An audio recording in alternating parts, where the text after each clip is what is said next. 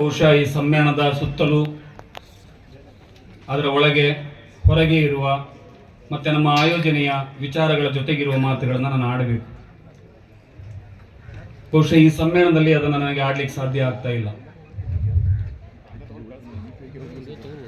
ಯಾಕೆಂದ್ರೆ ಆರಂಭದಲ್ಲಿ ಹೇಳ್ಕೊಳ್ಬೇಕಾಗಿದೆ, ಆ ಸಿದ್ಧತೆಗಳನ್ನು ಮಾಡಿಕೊಳ್ಳುವ 2 ದಿನಗಳು ಕೂಡ ನ್ಯಾಯಾಲಯದಲ್ಲಿ ನನಗೆ ಕಳೆದು ಹೋಗುವಂತಾಯಿತು. ಆ ಕಾರಣಕ್ಕಾಗಿ ಆಶಯದ ಯಾವ ನುಡಿಗಳನ್ನು ಕೂಡ ನಾನು ಸಿದ್ಧಪಡಿಸಿಕೊಂಡಿಲ್ಲ. ಹಾಗಾಗಿ ನಿಮ್ಮ ಎದುರುಗಡೆ ನನ್ನ ಭಾವನೆಗಳನ್ನು ಹಂಚಿಕೊಳ್ಳಕ್ಕೆ ನಿಂತಿದ್ದೀನಿ. ಉತ್ತರ ಕನ್ನಡ ಜಿಲ್ಲಾ ಕನ್ನಡ ಸಾಹಿತ್ಯ ಪರಿಷತ್ತು 25ನೇ ತನ್ನ ಸಮ್ಮೇಳನವನ್ನು ಈ ಸಂದರ್ಭದಲ್ಲಿ ನಡೆಸುತ್ತಿರುವ ಈ ಸಂದರ್ಭದಲ್ಲಿ ನನಗೆ ಮೊದಲು ಗೊತ್ತಿರಲಿಲ್ಲ. ಹೀಗೆ ನಾನು ರಾಜ್ಯದೆಲ್ಲೆಡೆ ನನ್ನ ಜಿಲ್ಲಾಧ್ಯಕ್ಷರನ್ನ ಸಂಪರ್ಕಿಸಿದಾಗ ಗೊತ್ತಾಯಿತು, 25ನೇ ಸಮ್ಮೇಳನ ಆಚರಿಸುತ್ತಿರುವ ಮೊಟ್ಟ ಮೊದಲ ಜಿಲ್ಲೆ ಅದು ಉತ್ತರ ಕನ್ನಡ ಅಂತ ಹೇಳಿ. ಅದು ನಾನೊಬ್ಬನು ಮಾಡಿದ ಕೆಲಸ ಅಲ್ಲ, ಟಿ.ಕೆ. ಮೆಮೋದರಿಂದ ಹಿಡಿದು ರೋಹಿದಾಸ್ ನಾಯ್ಕರಿಂದ ಹಿಡಿದು ಹಲವರು ಮಾಡಿದ ಕೆಲಸ. ಅದರ ಭಾಗವಾಗಿ ಮುಂದುವರಿದ ಭಾಗವಾಗಿ ನಾನು ನಿಂತಿದ್ದೇನೆ ಅಷ್ಟೇ. ಆದರೆ ಆ 25ನೇ ಸಮ್ಮೇಳನ ಇದೆಯಲ್ಲ, ಅದು ನಾನು ಅಧ್ಯಕ್ಷನಾಗಿ ಆದಾಗ ಬಂದಿರುವುದು ಮಾತ್ರ ನನ್ನ ಭಾಗ್ಯದ ಕ್ಷಣ, ಸಂದರ್ಭ ಅಂದ್ಕೊಂಡಿದ್ದೀನಿ. ತಾಲೂಕು ಸಮ್ಮೇಳನವನ್ನು 1 ದಿನ, ಜಿಲ್ಲಾ ಸಮ್ಮೇಳನವನ್ನು 2 ದಿನ, ಅಖಿಲ ಭಾರತ ಸಾಹಿತ್ಯ ಸಮ್ಮೇಳನವನ್ನು 3 ದಿನ ಆಚರಿಸುವುದು ಒಂದು ಪರಂಪರೆ. ಆದರೆ ಇದು ಬೆಳ್ಳಿ ಹಬ್ಬದ ಸಂಭ್ರಮ ಆಗಿರೋದ್ರಿಂದ ನಾವು ಈ ಸಮ್ಮೇಳನವನ್ನು ವಿಶೇಷವಾಗಿ 3 ದಿನಗಳ ಕಾಲ ಆಚರಿಸಲಿಕ್ಕೆ ಸಿದ್ಧತೆಯನ್ನು ಮಾಡಿಕೊಂಡಿದ್ದೇವೆ.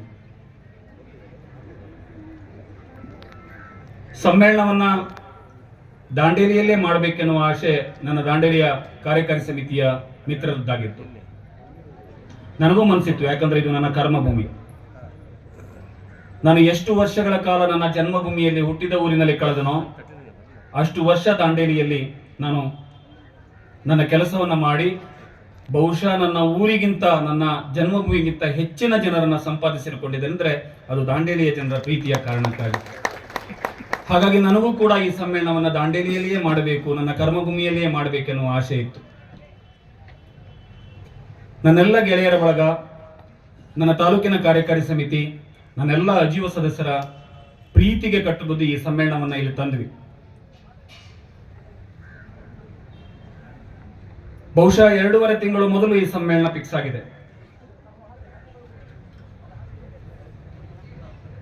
ಮಾನ್ಯ ಶಾಸಕರು, ನಾವು ಕಾರವಾರದಲ್ಲಿ ನಡೆದ ಸಭೆಯಲ್ಲೇನೆ ಅದನ್ನು ತೀರ್ಮಾನ ತಗೊಂಡಿದ್ವಿ. ಅದ ನಂತರದಲ್ಲಿ ಮಾನ್ಯ ಶಾಸಕರು ಸ್ವಾಗತ ಸಮಿತಿಯ ಸಭೆಯನ್ನು ಕರೆದು ಸಮ್ಮೇಳನದ ಸಿದ್ಧತೆಯ ಬಗ್ಗೆ ಎಲ್ಲ ರೀತಿಯ ಸಲಹೆ ಸೂಚನೆಗಳನ್ನು ನೀಡಿ ಸ್ವಾಗತ ಸಮಿತಿಯ ರಚನೆಯನ್ನು ಕೂಡ ಮಾಡಿದ್ರು. ಅದರ ನಂತರದಲ್ಲಿ ತಹಶೀಲ್ದಾರದ ಕಾರ್ಯಾಧ್ಯಕ್ಷರಾದ ತಹಶೀಲ್ದಾರ್ ಅವರು ಕೂಡ 3-4 ಸಭೆಗಳನ್ನು ನಡೆಸಿ ಸಿದ್ಧತೆಯನ್ನು ಮಾಡಿದರು. ನಮ್ಮದು ಕೂಡ ಆಮಂತ್ರಣ ಪತ್ರಿಕೆಯಿಂದ ಹಿಡಿದು ಎಲ್ಲವೂ ಸಿದ್ಧವಾಗಿತ್ತು. ನಗರದಲ್ಲಿ ಬ್ಯಾನರ್ಗಳು, ಬಂಟಿಂಗ್ಸ್ಗಳು, ಬಾವುಟಗಳು ಎಲ್ಲ ಶೃಂಗಾರಗೊಂಡಿದ್ವು. ಬಹುಶಃ ನಾವು ಹಾಕಿಸಿದ್ದಲ್ಲ, ಖಂಡಿತವಾಗಿಯೂ ನಮ್ಮ ಬ್ಯಾನರ್ಗಳು ಒಂದು 8-10 ಇರಬಹುದು. ಇಡೀ ದಾಂಡೇಲಿಯ ಜನ ಇದು ನಮ್ಮ ಸಮ್ಮೇಳನ, ನಮ್ಮೂರ ಹಬ್ಬ. ಕೆಲವು ಬ್ಯಾನರ್ಗಳು ಇದು ನಮ್ಮೂರ ಹಬ್ಬ ಅಂತ ಬರೆದಿದ್ದಾರೆ. ನಮ್ಮೂರ ಹಬ್ಬ ಅನ್ನುವ ರೀತಿಯಲ್ಲಿ ಬ್ಯಾನರ್ಗಳನ್ನ, ಪ್ರಚಾರಗಳನ್ನ ಹಾಕಿದ್ರು. ನಾನು ಯಾವಾಗಲೂ ಸಮ್ಮೇಳನ ಮಾಡುವಾಗ ಕೊನೆಯ 2 ದಿನವನ್ನ ಅತಿಥಿಗಳಿಗೆ, ಕರೆದವರಿಗೆ, ಆಮಂತ್ರಣ ಪತ್ರಿಕೆಗಳಿದ್ದವರಿಗೆ ಫೋನ್ ಮಾಡೋದಕ್ಕಾಗಿ ಒಂದು ಸಮಯವನ್ನು ಮೀಸಲಾಗಿ ಇಟ್ಕೊಂಡಿರ್ತೀನಿ. ಹಾಗೆ 2 ದಿನಗಳಿವೆ ಸಮ್ಮೇಳನಕ್ಕೆ ಅನ್ನೋ ಸಂದರ್ಭದಲ್ಲಿ ಒಂದು ಮಾಧ್ಯಮದಲ್ಲಿ ನೋಡಿದೆ, ಕನ್ನಡ ಸಾಹಿತ್ಯ ಪರಿಷತ್ತಿನ ವಿಚಾರ ನ್ಯಾಯಾಲಯದ ಅಂಗಳಕ್ಕೆ ಅಂತ ಹೇಳಿ. ಆತಂಕ ಆಯಿತು ನನಗೆ. ಯಾಕಂದ್ರೆ ನಾವು ಒಂದಿಷ್ಟು ಆ ವಿಚಾರಗಳಿಂದ ದೂರ ಇದ್ದವರು, ಮನುಷ್ಯರ ಜೊತೆಗಿದ್ದವರು, ನಾವು ಮನುಷ್ಯರ ಪ್ರೀತಿಗಳ ಜೊತೆಗಿದ್ದವರು. ಅಯ್ಯೋ ಏನಾದರೂ ತೊಂದರೆ ಆದರೆ ಅನ್ನುವ ಆತಂಕ ನನ್ನೊಳಗಡೆ ಆದಾಗ ನಾನು ಸಂಪರ್ಕಿಸಿದ್ದು ನನ್ನ ಗೆಳೆಯ ಉಚ್ಚ ನ್ಯಾಯಾಲಯದ ನ್ಯಾಯವಾದಿಗಳಾದ, ಇಲ್ಲೇ ಇದ್ದಾರೆ, ಇವತ್ತಿನವರೆಗೂ ಇಲ್ಲೇ ಇದ್ದಾರೆ ನನ್ನ ಜೊತೆಗೇನೆ, ಕೆ.ಎಚ್. ಪಾಟೀಲ್ ರವರನ್ನ.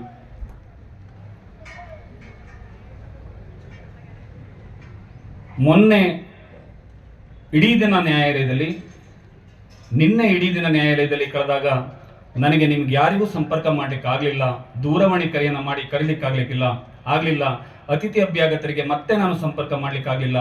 ಹಾಗಾಗಿ ಹಾಗೆ ಆಗದೇ ಇರುವುದಕ್ಕೆ ನಾನು ವೈಯಕ್ತಿಕವಾಗಿ ವಿಷಾದವನ್ನ ವ್ಯಕ್ತಪಡಿಸ್ತಾ, ನಿಮ್ಮನ್ನ ಕರೆಯಲಿಕ್ಕೆ ಆಗದಿರೋಕ್ಕೆ ವಿಷಾದವನ್ನ ವ್ಯಕ್ತಪಡಿಸ್ತಾ ಆ 2 ದಿನಗಳ ಕಾಲ ನಾನು ಅನುಭವಿಸಿದ ವೇದನೆ ಇದೆಯಲ್ಲ,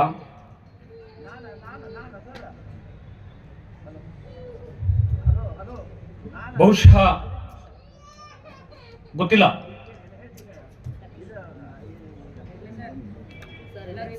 ಕನ್ನಡದ ಕೆಲಸಕ್ಕೂ ಹೀಗೆ ಅಡ್ಡಿಪಡಿಸುವ ರೀತಿಯಲ್ಲಿ ಜನ ಇದಾರಲ್ಲ ಅನ್ನುವಷ್ಟರ ಮಟ್ಟಿಗೆ. ವೈಯಕ್ತಿಕ ವಿಚಾರ ಇದ್ರೆ ಬರಲಿ, ನಾನು ತೊಡೆ ತಟ್ತೇನೆ.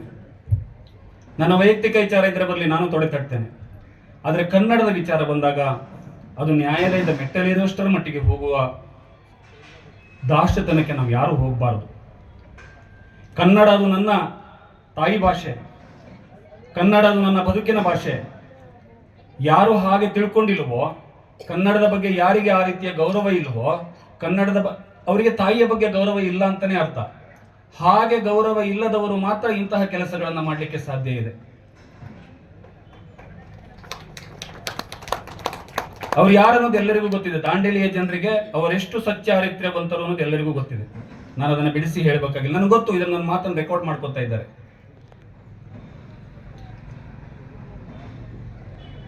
ಎಷ್ಟರ ಮಟ್ಟಿಗೆ ಅಂದ್ರೆ ನ್ಯಾಯಾಲಯದ ಒಳಗಡೆ ಆಗಿರುವ ವಿಚಾರಗಳು ಮಾರನೇ ದಿನ ಪತ್ರಿಕೆಯಲ್ಲಿ ಬರ್ತಿತ್ತು, ಸಮ್ಮೇಳನ ನಡೆಯುವುದು ಆತಂಕ ಅಂತ ಹೇಳಿ. ಅದಕ್ಕೆ ನಿನ್ನೆ ನ್ಯಾಯಾಧೀಶರು ಸರಿಯಾದ ಉತ್ತರವನ್ನು ನೀಡಿದರೆ ಅದು ಬೇರೆ ಪ್ರಶ್ನೆ. ಆಗಲೇ ಹೇಳಿದೆ, ಈಗಲೂ ಹೇಳ್ತೀನಿ ಮತ್ತೆ ಬಹಿರಂಗವಾಗಿ, ಇದಾರೆ ನಂಗೆ ಗೊತ್ತು.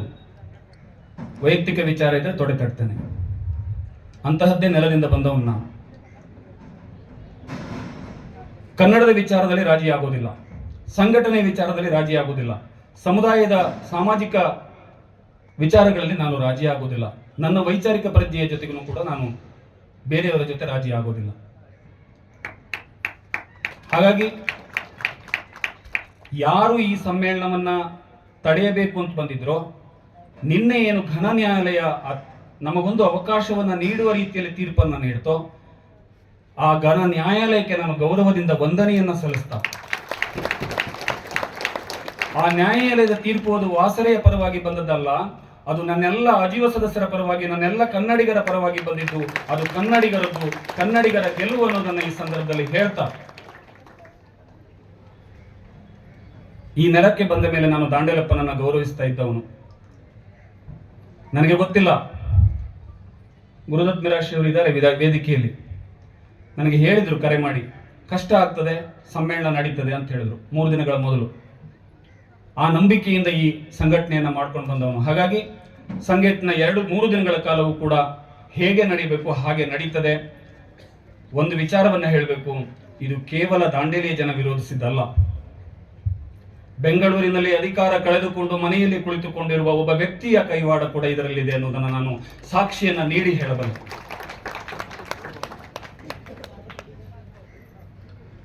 ಇಡೀ 4 ವರ್ಷಗಳ ಕಾಲ ನ್ಯಾಯಾಲಯದಲ್ಲಿಯೇ ಬಿದ್ದುಕೊಂಡು ಅಧಿಕಾರವನ್ನು ನಡೆಸಿ ಈಗ ಮನೆಯಲ್ಲಿರುವ ಸಂದರ್ಭದಲ್ಲಿ ಜಿಲ್ಲಾಧ್ಯಕ್ಷರು ಕೂಡ ಅಧಿಕಾರ ಕಳೆದುಕೊಂಡಿದ್ದಾರೆ ಅನ್ನುವ ರೀತಿಯಲ್ಲಿಯೇ ಸಂದೇಶವನ್ನ ಕೊಡ್ತಾ, ನಾನು ಈ ಚುನಾವಣೆಯಲ್ಲಿ ನಿಂತು ಸೋತವರನ್ನ ಹಿಡಿದುಕೊಂಡು ನ್ಯಾಯಾಲಯದ ಮೆಟ್ಟಿಲೇರಿಸುವವರೆಗೆ ಕೈಯನ್ನ ಹಾಕ್ತಾರಲ್ಲ, ಇದಕ್ಕೆ ಕನ್ನಡ ಸಾಹಿತ್ಯ ಪರಿಷತ್ತು ಆಜೀವ ಸದಸ್ಯರು ಒಪ್ಕೊಳ್ತಾರೆ. ಇದನ್ನ ಅವರಿಗೂ ಕೂಡ ಇಲ್ಲಿಂದಾನೇ ಸಂದೇಶ ಕೊಡ್ತಾ, ಕನ್ನಡ ಸಾಹಿತ್ಯ ಪರಿಷತ್ತನ್ನ ಕಟ್ಟಬೇಕಾಗಿರೋದು ಪ್ರೀತಿಯಿಂದನೇ ಹೊರತು ದ್ವೇಷದಿಂದ ಅಲ್ಲ. ಈ ಜಗತ್ತು ನಿಂತಿರೋದು ಪ್ರೀತಿಯಿಂದ, ಈ ದೇಶ ನಿಂತಿರೋದು ಪ್ರೀತಿಯಿಂದ. ದ್ವೇಷ ಮಾಡಿದವರು ಯಾವತ್ತೂ ಕೂಡ ಬದುಕುವುದಿಲ್ಲ. ದ್ವೇಷ ಮಾಡಿದವರು ಯಾವತ್ತೂ ಕೂಡ ಈ ನೆಲದಲ್ಲಿ ಒಳ್ಳೆಯವರಾಗಿ ಉಳಿಸ್ಕೊಂಡಿಲ್ಲ, ಇತಿಹಾಸ ಪುರುಷರಾಗಿಲ್ಲ. ಇತಿಹಾಸದಲ್ಲಿ ಅವರ ಹೆಸರನ್ನು ಹೇಳಕ್ ಸಾಧ್ಯವೂ ಇಲ್ಲ. ಇತಿಹಾಸದ ಪುಟದಲ್ಲಿ ಅವರನ್ನು ಬೇರೆ ರೀತಿಯಾಗಿ ಬಣ್ಣಿಸಬಹುದು, ಆದರೆ ಇತಿಹಾಸದಲ್ಲಿ ಅವರನ್ನು ಹೊಗಳೋದಕ್ಕೆ ಸಾಧ್ಯ ಇಲ್ಲ. ಹಾಗಾಗಿ ನಾವು ಈ ಸಮಾಜವನ್ನು ಇವತ್ತು ಯಾವ ರೀತಿಯಾಗಿ ಕಟ್ಟಬೇಕಾಗಿದೆ, ಈ ನೆಲದಲ್ಲಿ ಶರಣರು ಏನು ಹೇಳಿದ್ರು, ಇದು ಉಳಿವಿಯ ನೆಲ, ಇದು ಚನ್ನಬಸವಣ್ಣನ ನೆಲ, ಇದು ಸರ್ವಧರ್ಮೀಯರು ಪೂಜಿಸಲು ಹೋಗುವಂತಹ ದಾಂಡೇಲಪ್ಪನ ನೆಲ ಇದು. ಹಾಗಾಗಿ ಇಲ್ಲಿ ಸತ್ಯಕ್ಕಿರುವುದು ಮಾತ್ರ ಜಯ, ಇಲ್ಲಿ ಇರುವುದು ಜಯ ಸತ್ಯಕ್ಕೆ ಮಾತ್ರ.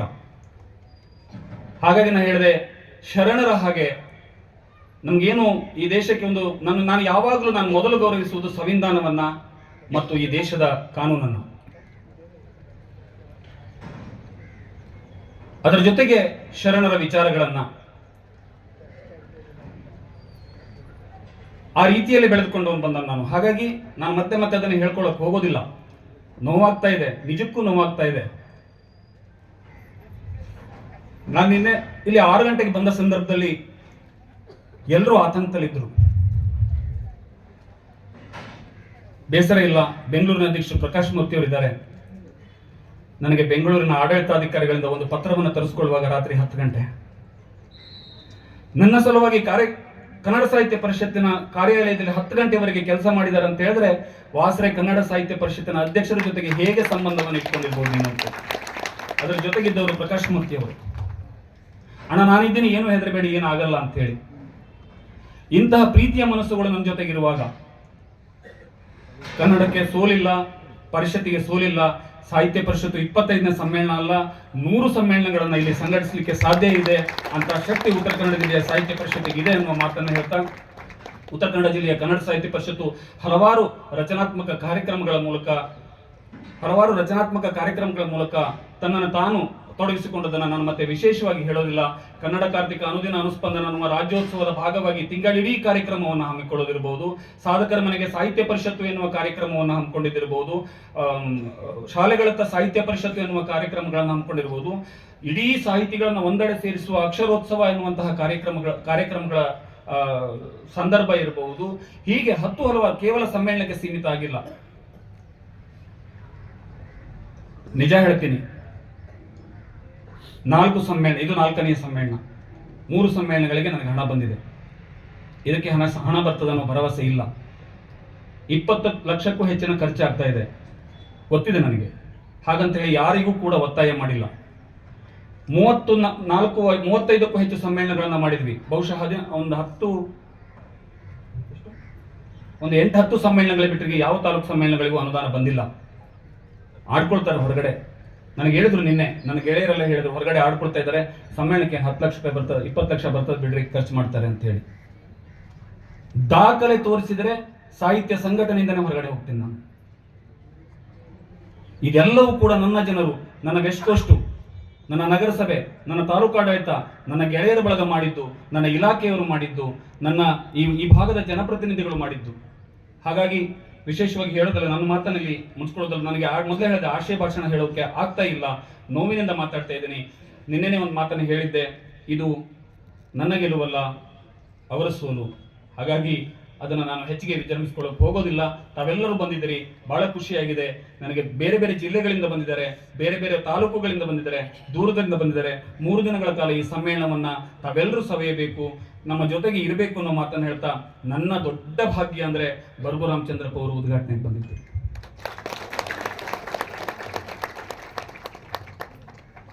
ಬಹುಶಃ ಈ ಬೆಳ್ಳಿ ಮಹೋತ್ಸವದ ಸಮ್ಮೇಳನಕ್ಕೆ ಇದಕ್ಕಿಂತ ದೊಡ್ಡ ವ್ಯಕ್ತಿತ್ವದಿಂದ ನಾನು ಉದ್ಘಾಟನೆ ಮಾಡಿಸ್ಲಿಕ್ಕೆ ಸಾಧ್ಯ ಇರಲಿಲ್ಲ ನನ್ನ ಹತ್ರ. ನಾನು ಅವ್ರ ಹತ್ರ ಒಂದು ಸುಮ್ಮನೆ ಫೋನ್ ಮಾಡಿ ಕೇಳಿದಾಗ, ನಮ್ಮ ಪ್ರಕಾಶ್ ಮೂರ್ತಿ ಅವ್ರ ಮೂಲಕ, ವಯಸ್ಸಿನ ಕಾರಣಕ್ಕೆ, ಆರೋಗ್ಯದ ಕಾರಣಕ್ಕೆ ಸ್ವಲ್ಪ ಅಳುಕಿದರಾದರೂ ಕೂಡ ನಾನೇನೋ ಪರಿಚಯ ಮಾಡ್ಕೊಳಕ್ ಹೋದೆ. ಸರ್ ನಾನು ವಾಸ್ರೆ, ಗೊತ್ತಪ್ಪ ಅಂತ ಹೇಳಿದ್ರು. ನಾನು ಬರ್ತೀನಿ ಸಮ್ಮೇಳನಕ್ಕೆ. ಆಗಿನ್ನೂ ದಿನಾಂಕ ನಿಗದಿಯಾಗಿರ್ಲಿಲ್ಲ. ಯಾವಾಗ ಕೇಳಿದ್ರು, ಇಲ್ಲ ಸರ್ ದೇಶಪಾಂಡೆ ಸರ್ ನಾಡ್ದು ಸಭೆತು. ಓ ದೇಶಪಾಂಡೆ ಅವರು ಯಾರೇನಾ, ಬಂದೇ ಬರ್ತೀನಿ ಅಂದ್ಬಿಟ್ರು. ಹಾಗಾಗಿ ಅಂತಹ ದೊಡ್ಡ ವ್ಯಕ್ತಿತ್ವದ ಬರ್ಗು ರಾಮಚಂದ್ರಪ್ಪ ಸರ್ ಅವರು ಈ ಸಮ್ಮೇಳನ ಉದ್ಘಾಟಿಸ್ಲಿಕ್ಕೆ ಬರ್ತಾ ಇದ್ದಾರೆ. ಸಮಾರೋಪ ನುಡಿಗೆ ಗೂರು ಚನ್ನಬಸಪ್ಪನವರು ಬರ್ತಾ ಇದ್ದಾರೆ. ಈ ನಾಡಿನ ದೊಡ್ಡ ಸಾಹಿತಿಗಳು, ದೊಡ್ಡ ಚಿಂತಕರು ಅವರು ಬರ್ತಾ ಇದ್ದಾರೆ. ಇನ್ನೊಂದು ವಿಶೇಷ, ಬಹುಶಃ ರಾಜ್ಯ ಮಟ್ಟದಲ್ಲಿಯೂ ಸಾಧ್ಯವಾಗದಂತಹ 4 ಅಕಾಡೆಮಿ ಅಧ್ಯಕ್ಷರು ಒಂದೇ ವಿಚಾರ ಸಂಕಿರಣದಲ್ಲಿ ಒಂದೇ ವೇದಿಕೆಯನ್ನು ಹಂಚಿಕೊಳ್ತಾ ಇದ್ದಾರೆ. ಕನ್ನಡಾಭಿವೃದ್ಧಿ ಪ್ರಾಧಿಕಾರದ ಅಧ್ಯಕ್ಷರಾದ ಪುರುಷೋತ್ತಮ ಬಿಳೆಮಲಿ ಅವರು, ಪುಸ್ತಕ ಪ್ರಾಧಿಕಾರದ ಅಧ್ಯಕ್ಷರಾದ ಡಾಕ್ಟರ್ ಮಾನಸ ಅವರು, ಸಾಹಿತ್ಯ ಅಕಾಡೆಮಿ ಅಧ್ಯಕ್ಷರಾದ ಮುಕುಂದರಾಜ್ ಅವರು, ಕನ್ನಡಾಭಿವೃದ್ಧಿ ಪ್ರಾಧಿಕಾರದ ಅಧ್ಯಕ್ಷರಾದ ಬೇನ್ಮರದವರು, ಇವರೆಲ್ಲರೂ ಕೂಡ ಒಂದು ವೇದಿಕೆಯನ್ನು ಹಂಚಿಕೊಳ್ತಾ ಇದ್ದಾರೆ. ಇದು ರಾಜ್ಯ ಮಟ್ಟದಲ್ಲಿಯೂ ಕೂಡ ಒಂದು ದಿನ ಒಂದು ಸಮಯದಲ್ಲಿ ಹೀಗೆ ಸೇರಿಸಲಿಕ್ಕೆ ಬಹಳ ಅಸಾಧ್ಯವಾದ ಕೆಲಸ. ಅಂತಹ ಮಹಾನ್ ವ್ಯಕ್ತಿಗಳ ಸಮ್ಮೇಳನ ಈ ಸಮ್ಮೇಳನದಲ್ಲಿ ಆಗ್ತಾ ಇದೆ. ತಾವೆಲ್ಲರೂ ಸೇರಬೇಕು, ಈ ಸಮ್ಮೇಳನವನ್ನ ತಾವು ತುಂಬಿಕೊಳ್ಬೇಕು, ಹೃದಯ ತುಂಬಿಕೊಳ್ಬೇಕು ಅಂತ ಹೇಳಿ ಕೇಳ್ಕೊಳ್ತಾ ತಮ್ಗೆಲ್ರಿಗೂ ಮತ್ತೊಮ್ಮೆ ವಂದಿಸ್ತೇನೆ. ಕನ್ನಡ ಇದು ವಾಸರೇತಲ್ಲ, ಸಾಹಿತ್ಯ ಪರಿಷತ್ತು ಇದು ವಾಸರೇತಲ್ಲ, ಇದು ನಿಮ್ಮದು. ಈ ಸಮ್ಮೇಳನ ಏನಾದರೂ ಯಶಸ್ಸು ಕಂಡ್ರೆ ಇದು ನಿಮ್ಮ ಮಡಿಲೊಳಗೆ ಹಾಕ್ತೇನೆ, ನೀವು ಅದನ್ನು ತುಂಬಿಟ್ಕೊಂಡು ಹೋಗಬೇಕು. ನಿಮ್ಮೆಲ್ಲರ ಪ್ರೀತಿಯನ್ನ ಸದಾ ಸ್ಮರಿಸ್ತೇನೆ, ಅದನ್ನು ನನ್ನ ಎದೆಯಲ್ಲಿ ಬಚ್ಚಿಟ್ಕೊಳ್ತೇನೆ ಅನ್ನೋ ಮಾತಿನೊಂದಿಗೆ ಆಶಯ ಭಾಷಣಕ್ಕೆ ವಿರಾಮವನ್ನು ನೀಡುತ್ತಿದ್ದೇನೆ. ಧನ್ಯವಾದಗಳು.